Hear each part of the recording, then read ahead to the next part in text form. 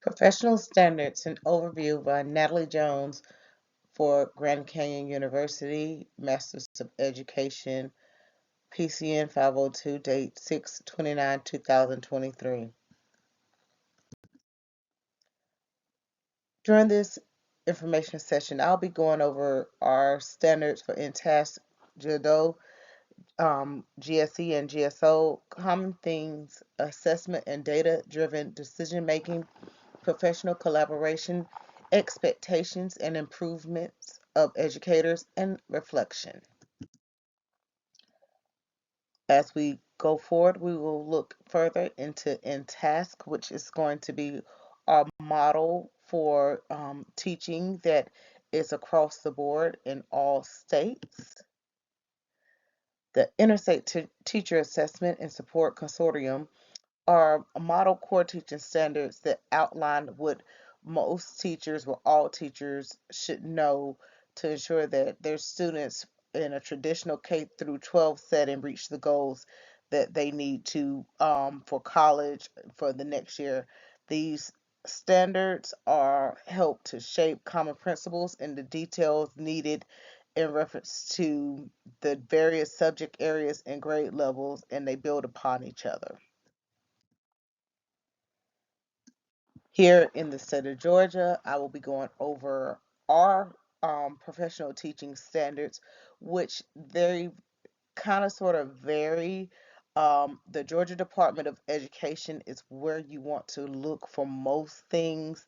However, for my subject matter, the Georgia Standards of Excellence, the Science Georgia Standards of Excellence, holds most of my materials and things that I can utilize to create lesson plans and things of that nature and to get further resources. The Georgia Science Standards are planned to provide introductory knowledge and skills for all students to develop aptitude in science. The standards center around a limited number of core disciplinary ideas and cross-cutting concepts which build from kindergarten to high school, much like the InTask. Both of those are pretty common in their themes. For Georgia, again at the Godot website, it also has our georgiastandards.org. And once we go here, this site is a resource site that kind of is like the Cliff Notes version of what is needed to be an educator in the state of Georgia.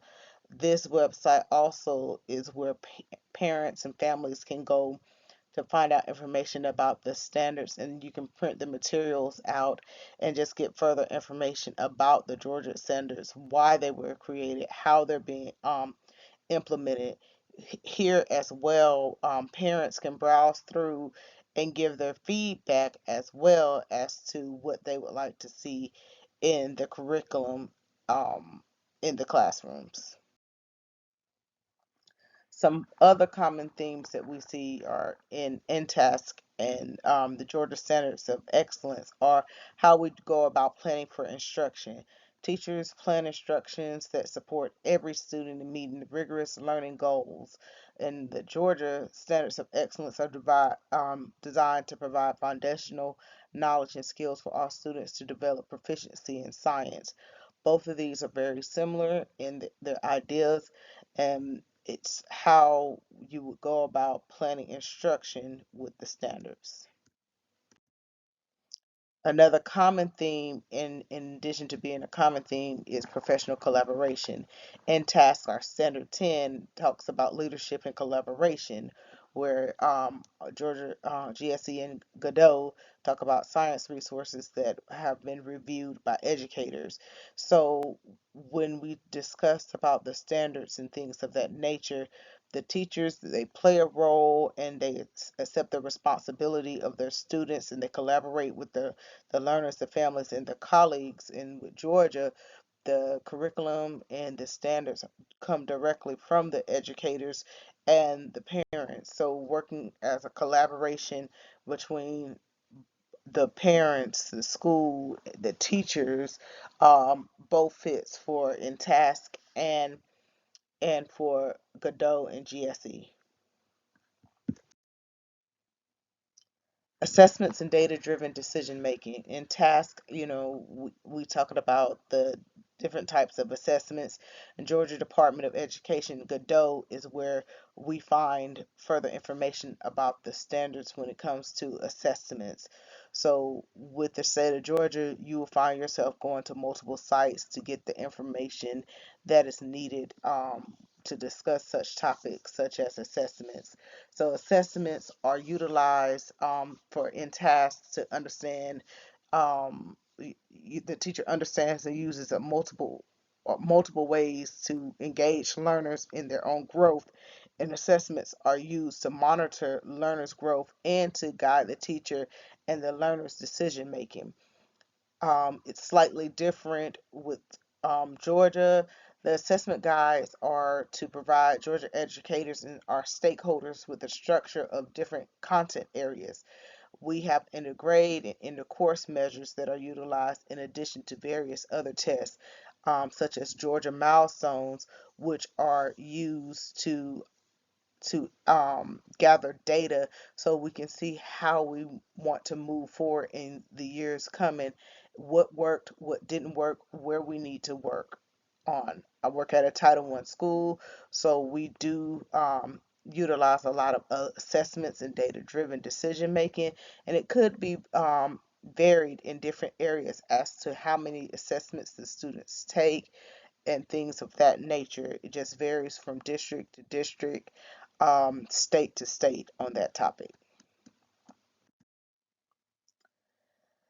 Teacher expectations, improving practice and advancing the profession. As educators, we must practice metacognition, in the classroom. That's the process of thinking about thinking and reflecting on personal habits, knowledge, and approaches to learning. So professional learning and ethical practice, it's kind of, a given that we should be ethical in our practices with our students and with our jobs as educators. Teachers are to engage in ongoing professional learning, meaning, you have your continuing education, your CEUs, as we call them, showing that, hey, I am learning these different techniques to ensure that I am providing your child, um, the student, with a quality education.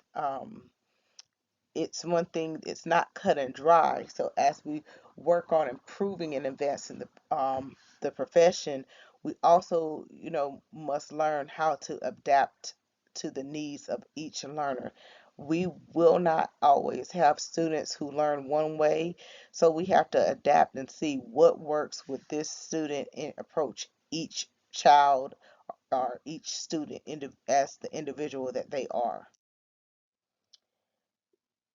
Furthermore, going over the Georgia Professional Standards, Code of Ethics, professional conduct. As an educator, you want to, demonstrate conduct that follows generally recognized professional standards and preserves the dignity and integrity of the education profession.